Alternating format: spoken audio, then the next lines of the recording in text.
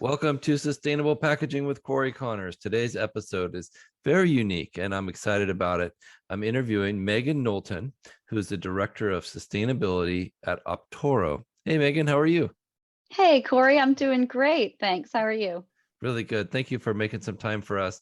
This is a topic that a lot of people don't understand or don't think about as being part of sustainable packaging, but it's a really important topic. So, can you tell us about your background and kind of how you got into this sustainability field? Yeah, absolutely. I think, first of all, you're totally right. It's not something a lot of us think about until we're making a return, Right. which is always something that amazes me how difficult it can be, especially with regards to packaging, even though I work in this every single day. So, about my background, yeah, my background was originally in water resources work. I was doing more scientific analysis of water resources, watersheds, rivers, everything, and eventually made my way into corporate sustainability from water work. So I started working in the Coca-Cola bottling system, which you can imagine there's a I've lot of heard of them. packaging. Yeah. Yeah, I've heard of that brand once or twice. And of course, packaging is a huge deal in the consumer packaged goods Yeah. field. But I got into it first from water, since that was the number one ingredient material issue to the type of work I was doing. It's such a So key point of sustainability is water usage. A lot of people are talking about, okay, this packaging is better because of this, but it takes 5 times the amount of water to make it. Is it still sustainable? So there's a lot of LCAs analyzing that right now. yes, it's such a good point. I think a lot of the time, many of us get caught up in talking about just one type of Right. impact on the planet. We're so focused on our one thing that we're an expert on, whether it's waste or it's water or it's Right. biodiversity or it's carbon emissions. Yeah. And and as you said, LCAs are an interesting way of combining some of those issues and kind of looking at the impacts across different areas. It's a big topic, all of it. But it all connects to each other. It absolutely does, and I think that's what's interesting about for me in the field of sustainability is that, I can be working on one area for a while, and then if I grow interested in another area, you still end up touching on that quite a bit. Mhm. So even though I started in water, I eventually made my way into other areas of sustainability, including carbon emissions and, of Hmm. course, packaging, recycling, waste, everything. And so now, really, I primarily focus on waste, on product waste, and as well as packaging waste, and Great. trying to keep things out of landfills. Well, thank you for that work. Can you explain to us what Optoro does? Am I saying that right? Optoro? Correct, Optoro. How Yeah. does it work? How do you guys keep returns out of the landfill? Great question. We have a few key ways that we do that. So we are primarily a technology company, and we also optimize reverse logistics with retailers and brands who make products in the retail space. So we tend to focus on products really all across retail, but in particular things like apparel and furniture and really anything you could buy online or in a store. And so what we do is we make technology that helps retailers and brands get back the products that they've sold, right? And so the first kind of pillar of that is a returns portal for online returns. And most of us, I'm sure, have made a return online before. And we go on the brand's website and we say, I want to initiate a return, and here's my order number or my account login, that kind of thing. And Right. so we make a portal that does that for the customers of the brands we work with. And Great. then that can be helpful for keeping products out of landfills, because from there we can automatically route certain products based on what they are or where they are to the right warehouse, usually for that product to go, so it can get, as fast as possible sent back to whatever channel it should go to. Which leads me to kind of the second and really core piece of what we do, which is this technology that helps brands sort what comes to them from returns. And so that's both from e-commerce returns and from, in-store, in-person returns. So it's anything that comes back to them, we help them figure out, what is the condition of this product? Can it be resold? What kinds of marketplaces could it be resold on, and at what price could it be resold? And then, all across the board, our technology helps relist the product to their original websites, or sent to outlets, or sent Wow. to a third party for resale. And then, programs like donations and recycling and refurbishment as well for products that maybe couldn't get resold right away. And kind of the third pillar is that resale piece. We do have our own marketplace that sells to small mom and pop resellers online who sell the products like on eBay, that kind of thing. So It's a few key fantastic. ways we do that. Yeah. Yeah, that's great. Well, good for you. I didn't even think about the alternatives there. You only think about reselling directly to a new customer of that exact manufacturer, but what a great idea. You can sell it to other outlets, a third party wholesaler or someone else that's interested in, where your client can continue to make profit from it and it stays out of the landfill. That's brilliant. That's exactly right. Yeah, because I think what's little known about the returns world, myself included, until I started working in it, you send in a return and you just picture, okay, well, great, that company has the product back now. Now they can turn around and sell it to the next person.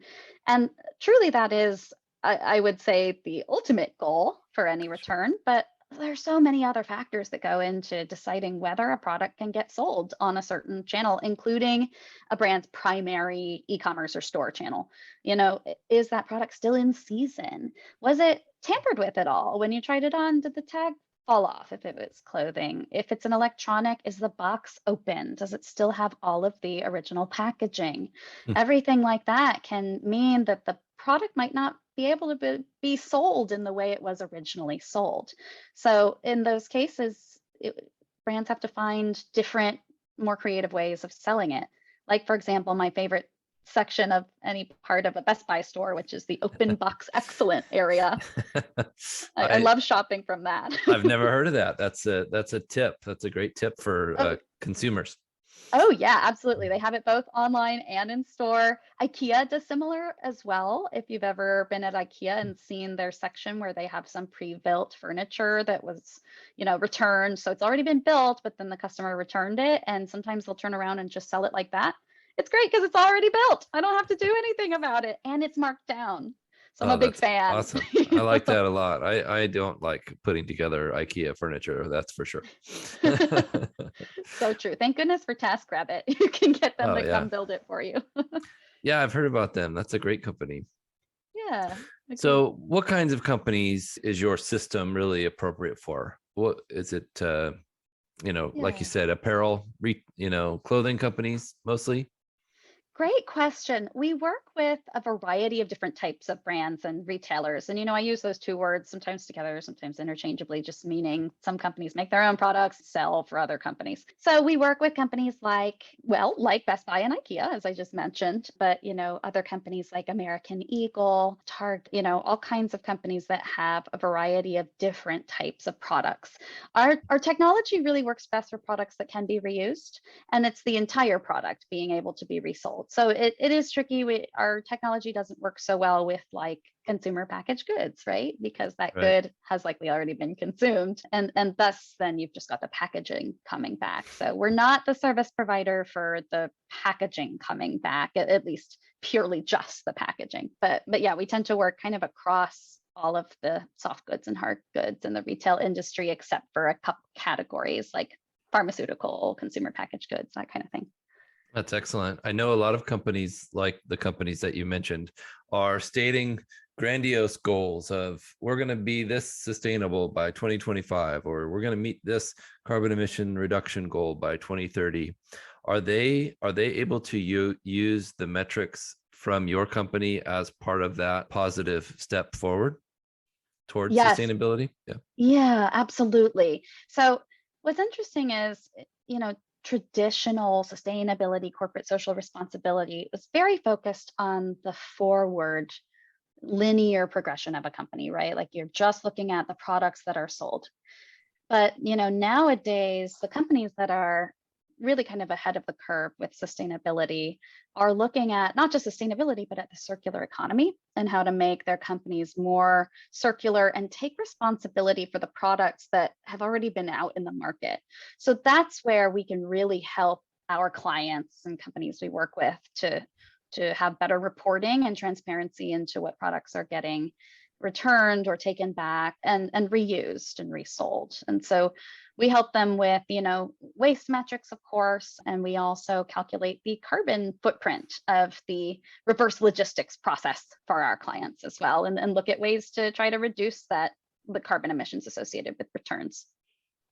Well, that's great. And I think a lot of people don't think about the fact that maybe it's not sustainable to ship something back, So I think this works for most products, but maybe a refrigerator it doesn't work for. Yeah. Something big and heavy, or a safe, or something like that. Is that pretty common where you guys will say, okay, these products should be returned. These products, let's just have the end user dispose of them, or is that something that you think that you Yes, guys advise?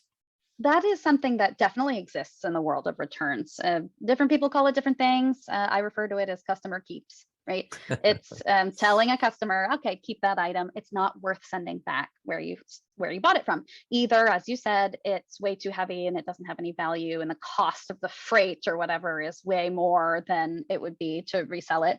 That can happen. A good amount of the time, though, it is just a very low value item and wouldn't really be resold regardless of how big it is. And in those cases, yes, a customer might be told, please hold on to it. The best option is to try to tell the customer, please hold on to it, gift it to a friend or a family member, or here's a list of places you could go donate it to. That is one concern when we think about customer keeps. While that can help reduce carbon emissions by keeping that product from getting returned when it was not going to be reused by the retailer, you also want to make sure that customer doesn't just end up throwing it away, because sometimes if it's a return, it's likely something that could still be reused. It just needs to get into the hands of somebody who will reuse it. So that's one thing, when thinking holistically about returns and about how that customer keep process works, making sure that it works all the way downstream, not just at the point of the retailer and customer interaction.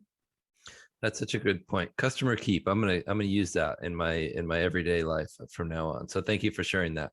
Sure. So can you share with us any metrics of, like, not, you don't have to give specific customer names, but maybe an amount of carbon you've been able to reduce, or something like that, some kind of a sustainability metric that you've accomplished? Yeah. So that is a big part of what I do, is measuring our metrics. And we're talking at a super fortuitous time, because our annual impact report is coming out in just the next couple days as we're speaking. So by the time this episode comes out, I'm sure it's already reported out, so externally. So I have a few statistics to share with you. Okay, so some really interesting, first of all, just to take a step back and talk about the size of the problem with returns in the US every year. So in the past, our impact report had said somewhere, 5 billion or 5.8 billion pounds of waste, from returns is created annually in the US. So the US alone, last year, for the year 2020, it was about 5.8 billion pounds of waste, which is huge. And before that, for a few years, it stayed pretty flat around 5 billion pounds. So, that's pretty wild. The jump from 5 to 5.8, we thought, oh, wow, that's got to be, a number of factors, including the rise in digital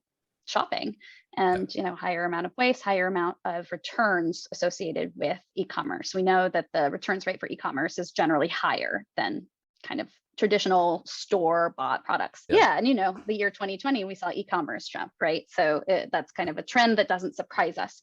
In the last year, the National Retail Federation, which always tracks kind of average return rates, they found that the return rate in the US has jumped a good amount over the last time they analyzed that number for the year 2020. So they just came out with their 2021 number, and it went from 10.6% of products typically get returned to 16.6, I believe, which is a huge jump.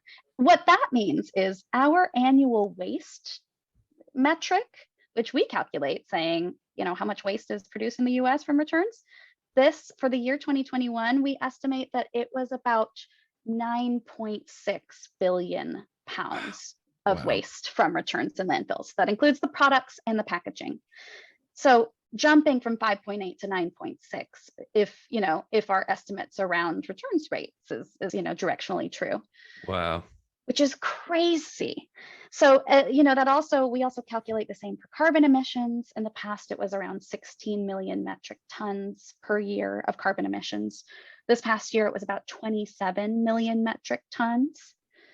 So just really big jumps in both, digital shopping and the returns rate associated with it. And some of that, I think, has to do with, how we're measuring and what we're buying online. We know that products like apparel or other soft goods have a higher return rate than others. So maybe many of us are doing more of our apparel shopping online than we used to. So all that to say, the impact has grown hugely in the last couple of years. What's really great is that, we're still seeing steady focus on trying to improve that impact. And I would say we have more and more brands coming to us saying, we want to do something about this. We want to both be better for ourselves as a company, but also give our customers ways to be better to the planet while they're consuming a product or returning a product. So, that's kind of the trend in circularity, I think, is one of the ways that companies are trying to help approach that improving their impact, especially using returns and takebacks. One thing, if I might just continue for a moment, one thing that I'm excited about is what we've been doing with partners on what we're calling our express returns network. So this is where kind of our work in returns and packaging waste can really overlap best. So we have a nationwide, so in the US only right now, a nationwide network of returns drop-off locations at Staples stores where, and it's where, people like you and me can bring a return for brands that sign on to this network, can bring a return that's not in a box and that doesn't have a label. So you don't have to do the quote unquote arts and crafts project to make your many of us have probably seen solutions kind of like that. You can take an Amazon return to a Kohl's, but that's a similar type of model. But this model that we have is multiple retailers. You can take returns for them to a Staples store, drop it off with a QR code at the counter, and then they'll take it, and it doesn't need to be in a box, which is great because, I like to think that every time I make a return, it's in the original box or package that it came in. Sure.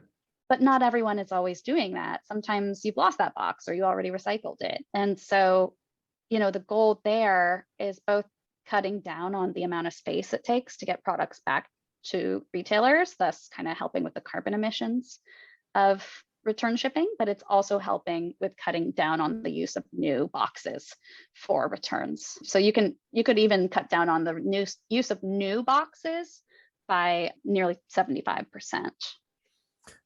And that's because the people at Staples in your group are bulk shipping this return to the vendor or to the original supplier. So you're not individually boxing everything to return it back. Correct. Yes. That's so amazing. It's what folks will refer to as consolidated shipping, right? Instead of sending individual parcels back from our homes or from a UPS or FedEx store, it's going into a bigger box essentially behind the Staples counter with a whole bunch of products from other brands. And so this is really how, a whole suite of brands are working across the board to try to make the returns process as easy, convenient, and more sustainable to compete with companies like, for example, Amazon, right? Which has set the bar for easy and fast returns. So if retailers team up and kind of share a network of returns locations, then they can really try to cut down on the waste and make it easier and faster for customers. So all of those consolidated returns will go back to a nearby hub where they'll get processed out, and some might go back to the original brand, and then others could get dispositioned straight out to their next place they're going, whether it's to the next customer or a donation or whatever. That's amazing. And is that called Optoro? The network is referred to as Express Returns. It's a partnership between Optoro and Staples. What a great idea. Yeah, and we found typically it looks like from that consolidated shipping, you can save about 0.65 pounds of carbon emissions per return, which sounds super small and kind of weird to cite a metric that's under 1. What that means is, per return, just saving from that consolidation step, you can have this huge impact since there's so many returns. Like, for example, UPS estimated that they were handling about 60 million returns during peak return season, so just a couple months kind of around the holidays. Wow. So if you add all those up together, if all of those got consolidated, they could save, somewhere around 3,800, the equivalent of 3,800 cars being driven for a year. Wow. Which is kind of cool and mind-boggling. Oh, that's a great statistic. I love that. Yeah. Yeah, thanks. Thanks to EPA's greenhouse gas equivalency calculator. Well, I think that's the problem with a lot of this stuff is when you say 27 million metric tons of carbon emissions, people don't have a primer for that. What does that mean? As compared to what? Well, as compared to 9.6 billion pounds. Oh, as compared to what? So when you relate it to the number of cars or the quantity of barrels of oil or something like that people can visualize, that's a really smart way of doing it. Nice job. That's a really good point. Thank you. I can share those for if people listening to a podcast want to picture something. Yes. So that total impact of returns, as you said, the 27 million metric tons of carbon emissions, that's about 5.9 million cars driven over the course of a year. Wow. Which is a lot. And then 9.6 billion pounds of returns is about 10,500 fully loaded Boeing 747 planes. And that's fully loaded, the fuel in the cargo and what have you. So again, those are still kind of big, especially because I'm like, well, I don't actually really know what the full loading capacity of a Boeing 747 is, but still I think a it's huge thing to picture. Yeah. Well, it's something that most people have flown on in the last couple of years. And so you can think about it. It's so interesting. I had a conversation the other day about this exact same concept of, well, there's no way to relate this in your brain. How do you understand what sustainability means? It means nothing, but it means everything. It's such a hard thing to talk about. What is sustainable packaging? I used to ask every guest on the show, what is sustainable packaging, or can packaging be sustainable? And I got kind of the same answer every time as, well, that depends on what sustainability means to you. Yes. I have that conversation so frequently. It's such a broad concept that it makes it hard to define and to standardize and to take action against, truly. Yeah. Well, I appreciate what you guys are doing, taking action to make companies more sustainable. And, what's a good way for people to get in touch with you guys? Yeah, great question. I usually point people to our website, of course, optoro.com, OPTORO, kind of like optimize Oro, if that makes sense. And then, LinkedIn is also a really great place to find us. We post all of our latest findings and press releases and news, that kind of thing on there. And, you can always find me on LinkedIn as well. I'll put all those links in the notes of the show so people can easily click on those.